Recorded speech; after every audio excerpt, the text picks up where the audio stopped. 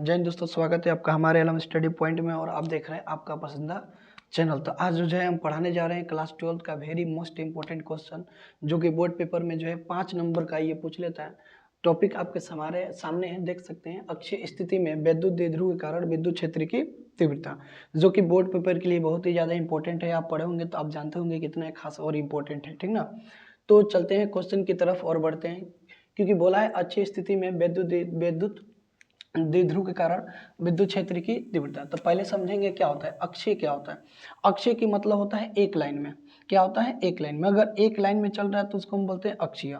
और इसके बाद होता है निरक्षीय। तो निरक्षीय का मतलब होता है कि उस लाइन से अलग, अगर ये लाइन चल रहा है तो इससे कहीं अगर कोई पॉइंट ले लें तो हो जाएगा निरक्षीय। तो हमें क्या निकालना है, अक्षीय स्थिति में वैद्युत द्विध्रुव क्या कहलाता है, जिनके परिमाण समान होते हैं। जैसे यहाँ पे क्या है, हमारा -5 है और यहाँ +5 है, यहाँ पे -5 कूलम दे देंगे, यहाँ पे +5 कूलम दे देंगे। तो इन दोनों का परिमाण समान है, परंतु चिन्ह क्या है, विपरीत है। तो जिनके परिमाण समान हो परंतु चिन्ह विपरीत होता है उसे हम कहते हैं विद्युत द्विध्रुव। तो विद्युत द्विध्रुव आप समझ गए। तो फिर चलते हैं, कह रहा है कि विद्युत क्षेत्र की तीव्रता। तो तीव्रता क्या होता है कि इसके पहले हम पढ़ चुके हैं कि तीव्रता का फार्मूला होता है E = F/Q।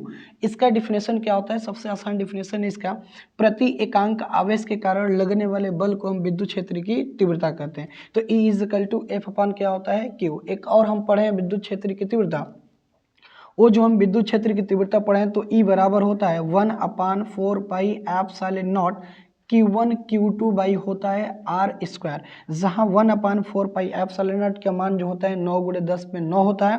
और Q1 पहला आवेश होता है, Q2 दूसरा आवेश होता है, और उन दोनों के बीच की दूरी क्या होता है, R होता है। तो चलते हैं कोई डेरिवेशन की तरफ। और डेरिवेशन कह रहा है हमारे पास कि हमारे पास दो ध्रुव हैं, एक -Q आवेश है, एक +Q आवेश है। इसके बीच की इसके सेंटर को हम क्या मान चुके हैं, L मान चुके हैं। अब यहाँ क्या करेंगे, किसी भी विद्युत द्विध्रुव के बीच की दूरी होता है 2L। अब कहेंगे कि 2L क्यों लिया जाता है, L क्यों नहीं लिया जाता है, क्योंकि अगर L ले लेंगे पूरा लेंथ तो आधा हो जाएगा L/2 कैलकुलेशन के लिए ज़्यादा हार्ड हो जाएगा। तो हम क्या करेंगे, इसीलिए पूरे लेंथ को क्या मान लेंगे, 2L। तो जब 2L हो गया तो इसका आधा L हो गया, ये L हो गया। अब यहाँ से क्या करेंगे, बिंदु O से हम क्या करेंगे, बिंदु P एक क्या करेंगे, बिंदु O से P तक एक R दूरी से एक बिंदु P पर हम P लेंगे, और -Q के कारण एक बार बिंदु P पर विद्युत क्षेत्र की तीव्रता निकालना है, एक बार +Q के कारण एक बार बिंदु P पर विद्युत क्षेत्र की तीव्रता निकालना है। तो हमें तीव्रता निकालने के लिए सबसे ज़्यादा चाहिए दूरी। क्या चाहिए, दूरी। तो हमें क्या चाहिए, दूरी चाहिए। तो यहाँ से +Q से P के बीच की दूरी क्या होगा, -Q से P के बीच की दूरी क्या होगा। तो सबसे पहले दूरी निकालेंगे, तो लिखेंगे यहाँ पे -Q से P के बीच की दूरी, P के बीच की दूरी। तो -Q से P के बीच की दूरी क्या होगा, तो देखते हैं यहाँ से यहाँ तक दूरी जो होगा हमारे पास क्या होगा, जुड़ जाएगा। तो जुड़ जाएगा मतलब कैसे जुड़ जाएगा, यहाँ से यहाँ तक कितना है R, यहाँ से यहाँ तक कितना है R, और यहाँ से यहाँ तक कितना है L। तो यहाँ से यहाँ तक चल के आएंगे तो R हो गया, और यहाँ से यहाँ तक चल के आएंगे तो L हो गया। तो यहाँ दूरी कितना हो गया, R + L। तो लिखेंगे -Q से बिंदु P के बीच की दूरी, तो कितना हो जाएगा दूरी हमारे पास, तो दूरी लिख लेंगे हम, यहाँ पे लिखेंगे R + L। उसी तरह हम निकालेंगे +Q से P के बीच की दूरी, तो यहाँ पे लिखना पड़ेगा +Q से बिंदु P के बीच दूरी।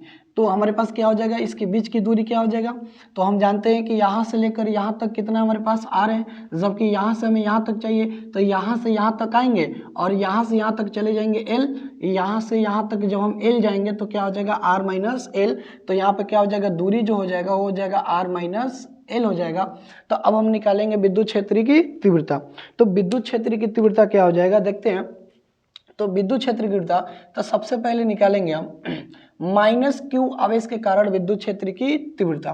तो लिखेंगे यहाँ पे -Q आवेश के कारण, -Q आवेश के, या तो हम पहले प्लस के कारण भी निकाल सकते हैं। तो +Q आवेश के कारण बिंदु P पर विद्युत क्षेत्र की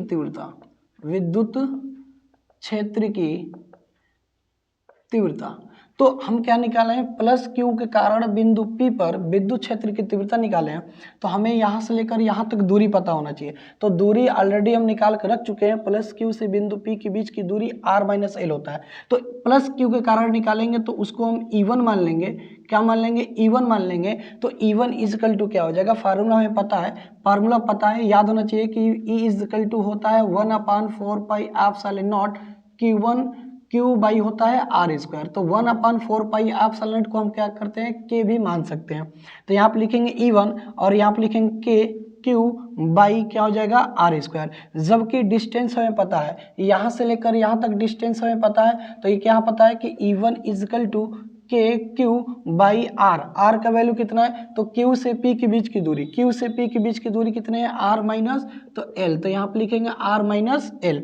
तो यहाँ पे स्क्वायर है तो क्या लिखेंगे स्क्वायर। तो ये हो जाएगा इक्वेशन नंबर 1।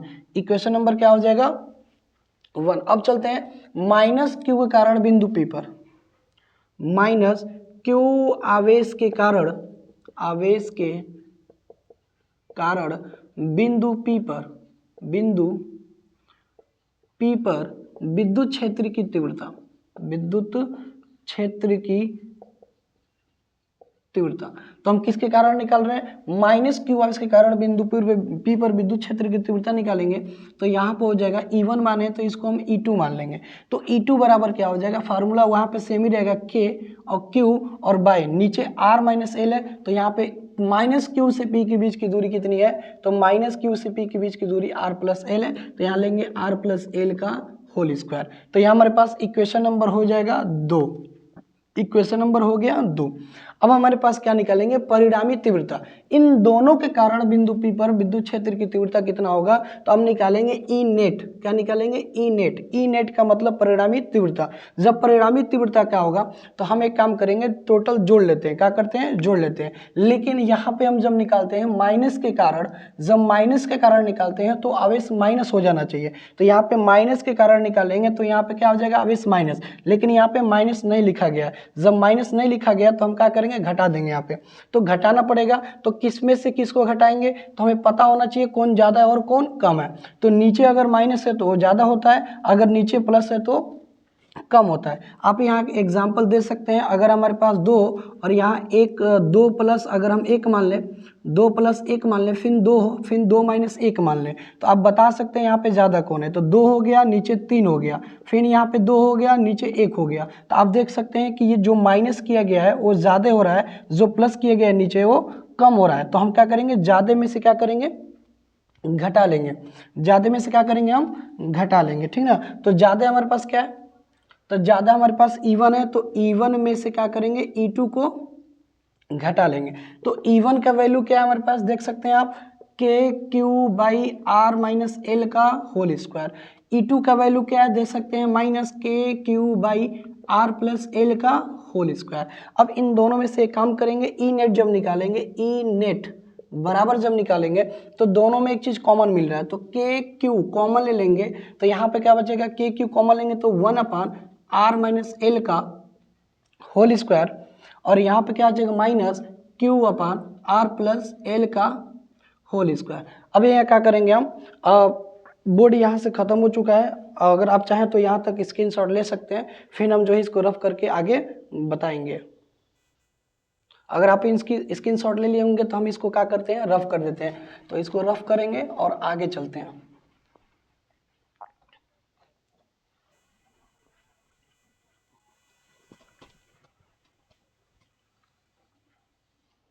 आगे चलते हैं, देखते हैं। तो ई नेट बराबर क्या है हमारे पास, ई नेट बराबर क्या चल रहा है, के क्यू बाहर चल रहा है, के क्यू बाहर चल रहा है, और यहाँ पे चल रहा है 1/r-l का होल स्क्वायर, और यहाँ चल रहा है माइनस 1/r+l का होल स्क्वायर। यहाँ पे एक काम कर देंगे हम, यहाँ पे दोनों का एलसीएम लेंगे। इन दोनों का जब एलसीएम लेंगे तो ई नेट जो है निकल के हमारा आ जाएगा के क्यू। जब इन दोनों का एलसीएम लेंगे तो r-l का होल स्क्वायर, r+l का होल स्क्वायर। तो यहाँ पे क्या करेंगे, जब r-l होल स्क्वायर भाग देंगे तो ये कैंसिल हो जाएगा, ये बचेगा। तो इसको हम क्या करेंगे, लिख लेंगे। तो आर प्लस एल का क्या हो जाएगा, होल स्क्वायर।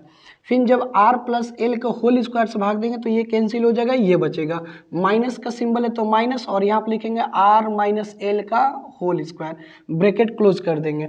फिर यहाँ पे ई नेट जो निकल के आएगा, ई नेट बराबर के क्यू। अब यहाँ पे फार्मूला खोलेंगे, क्या करेंगे, फार्मूला खोलेंगे।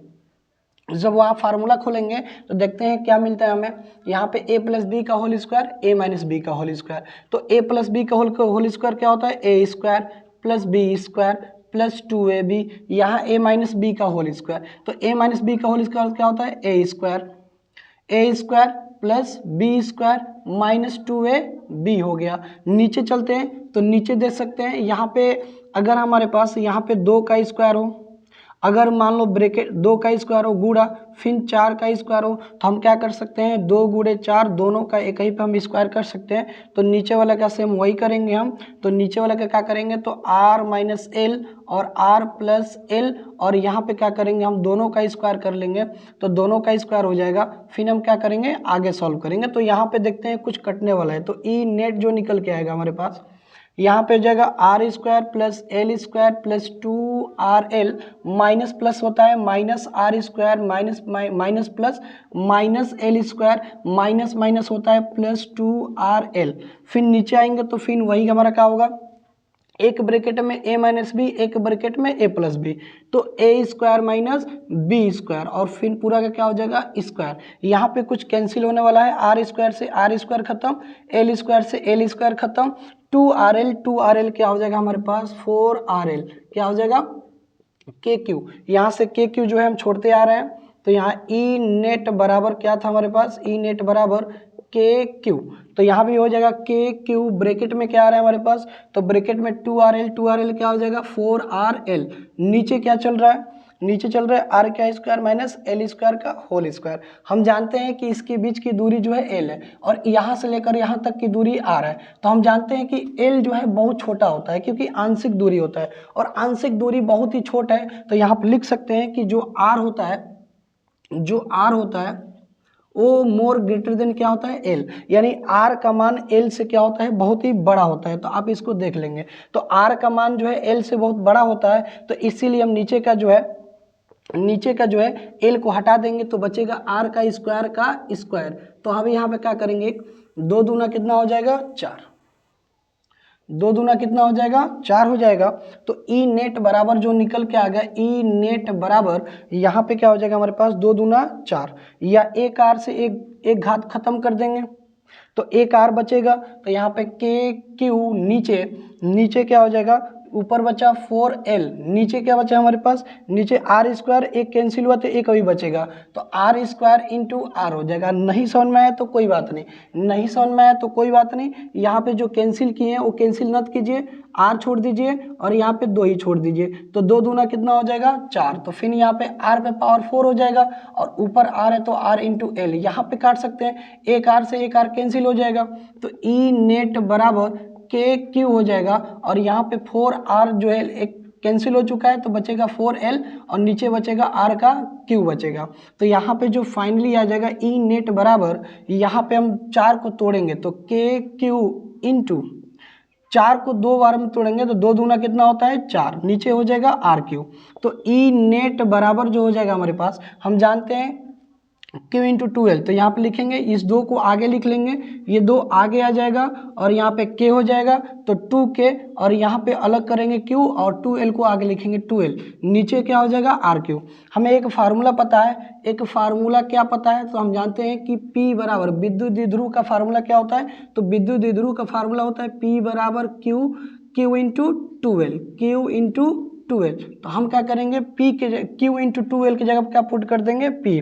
तो यहाँ पे क्या लिखेंगे, ई नेट बराबर, यहाँ पे लिखेंगे 2K, क्या लिखेंगे 2K, और Q इंटू 2L की जगह क्या रख देंगे, हम P रख देंगे, तो P बट्टा क्या हो जाएगा RQ। और यही हमारे पास क्या हुआ, अक्षीय स्थिति का फार्मूला हो गया, जहाँ हम लिख सकते हैं, जहाँ K के का वैल्यू होता है 1/4 पाई एप्सिलॉन नॉट, और 1/4 पाई एप्सिलॉन नॉट का जो मान होता है वो 9 × 10 पे 9 होता है, ठीक ना।